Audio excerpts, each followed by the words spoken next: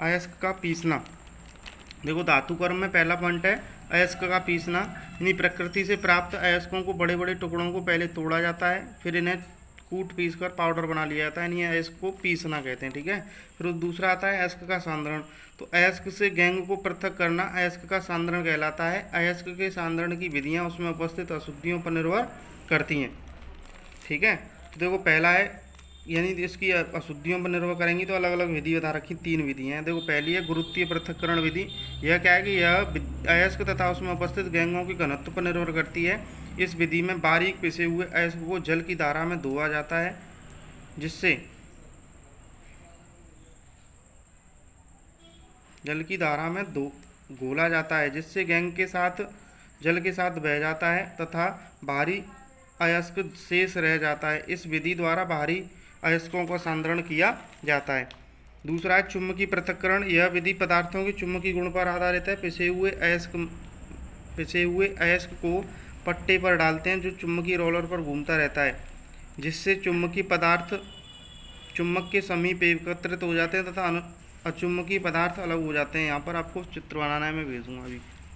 दूसरा है झाग प्लवन विधि या फैन प्लवन विधि। यह विधि अयस्क और गैंग के किसी द्रव में भीगने की विधि पर निर्भर करती है। इस विधि द्वारा सल्फाइड अयस्कों का सांद्रण किया जाता है। इस विधि में तेल व जल को मिश्रण में सल्फाइड अयस्क को डालने पर सल्फाइड अयस्क तेल द्वारा तथा अशुद्धि जल द्वारा भीगते हैं। इस विधि में जल से भरे टैंक में पिसे हुए अयस्क को डालकर उसमें थोड़ा सा चीड़ का तेल तथा थोड़ा पोटेशियम जिंथेट मिलाया जाता है।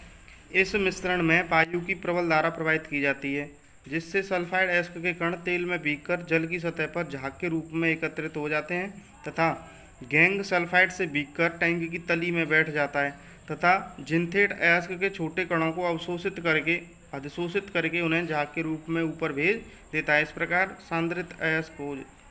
प्रकार अयस्क सांद्रित हो जाता है। ठीक है।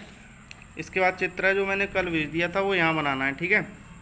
निस्तापन। सांद्रित अयस्क को उसके गलनांक से नीचे उच्च ताप पर वायु की अनुपस्थिति में गर्म किया जाता है, इसे निस्तापन कहते हैं। इस विधि से अयस्कों को धातु ऑक्साइड में बदला जाता है। ठीक है।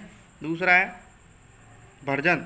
सांद्रित अयस्क को उसके गलनांक से नीचे वायु की उपस्थिति में, देखो इन दोनों में अंतर इतना है केवल इसमें वायु अनुपस्थित रहती है और इसमें उपस्थित रहती है, गर्म करना भर्जन कहलाता है। इस विधि द्वारा सल्फाइड अयस्कों को ऑक्साइड में परिवर्तित किया जाता है। ठीक है। इसके बाद आती है हेडिंग प्रगलन। अयस्क में उचित गालक तथा कोक मिलाकर मिश्रण को उच्च ताप पर गलाने की प्रक्रिया प्रगलन कहलाती है। गालक अशुद्धियों के साथ मिलाकर गलित धातुमल बना लेते हैं, जिसे स्लैग कहते हैं। तो गालक वे पदार्थ जो अयस्क में उपस्थित अगलनीय अशुद्धियों को गलाकर धातुमल बना लेते हैं, उन्हें गालक कहते हैं। जैसे कि एग्जाम्पल है CaCO3, कैल्शियम कार्बोनेट और सिलिका SiO2 आदि गालक हैं। ठीक है। उसके बाद है धातु का शोधन।